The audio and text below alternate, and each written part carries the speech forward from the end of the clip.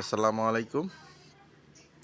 সকলেই এর আগের ভিডিওতে দেখছিলেন যে আমার একটা ছোটোখাটো প্রজেক্ট ঢাকা শহরে ছোট্ট একটা জায়গার মধ্যে টুকটাক কিছু করছিলাম আর কি।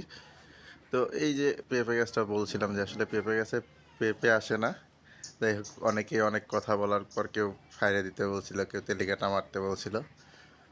বলার পর কিছু পেঁপে আসছিল, এই যে আছে দেখেন এখনও গাছে আছে। কিন্তু এই পেঁপেগুলা রান্না করলে সেদ্ধ হয় না, শক্ত হয়ে থাকে, খাওয়া যায় না।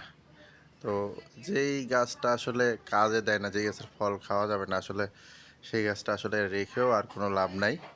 তাই চিন্তা করতেছি এই গাছটা আজকে কেটে ফেলবো। কেটে কেটে ফেললে এই জায়গাটা পরিষ্কার করে দিলে নতুন করে আবার কিছু শাক দিতে পারবো। আর যেহেতু এই পেঁপে ভালো না, সুতরাং এই গাছটা রেখে শুধু জায়গাটা ছায়া করেও লাভ নাই। খারাপ লাগতেছে যদিও, তারপরেও কিছু করার নাই। যেহেতু এটা কোনো কাজে না, লাগবে না, তাই আর এটাকে রেখেও লাভ নেই। এই গাছের পেঁপেগুলো আসলে কাইয়াটাও আলাদা, অন্য অন্য পেঁপের থেকে এই পেঁপেটা ধরনটাও আলাদা। দেখেন পেঁপের গায়াটার অবস্থা কেমন, যেন একটা ফুসকানি ফুসকানি পড়া স্বভাব। তাই এই পেঁপে গাছ আর রাখতেছি না। যাই হোক, ভালো থাকবেন সবাই, ধন্যবাদ।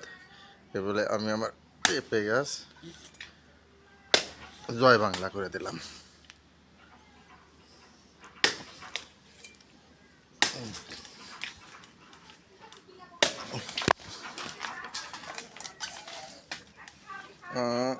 জয় বাংলা। কেটে দিছি। এখন খারাপ লাগতেছে, তারপরে কিছু করার নাই। যেটা ভালো না সেটা না রাখাই ভালো।